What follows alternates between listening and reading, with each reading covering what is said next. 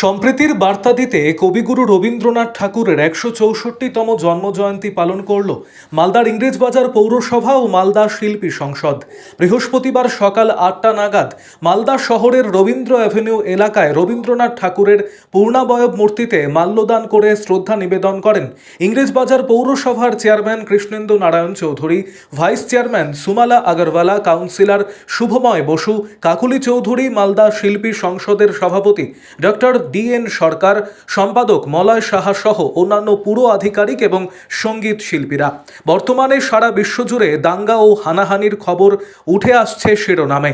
ভারতবর্ষে যাতে সম্প্রীতির বার্তা নিয়ে ভ্রাতৃত্বের দেশ গড়ে ওঠে, সেই লক্ষ্য নিয়ে কবিগুরুর জন্মজয়ন্তী পালন করেন সমস্ত শ্রেণীর মানুষ।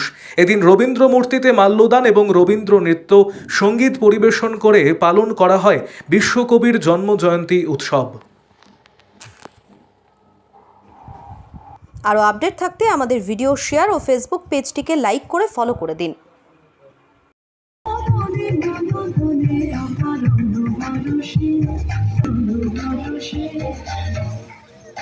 বিশ্বকবি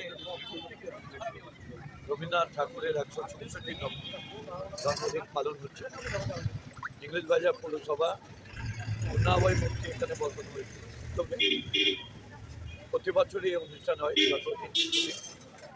রবীন্দ্রনাথ ঠাকুর ছিলেন শুধু আমাদের নয়, সারা পৃথিবী একটা কিংবদন্তি কবি, সাহিত্যিক, সঙ্গীতকার।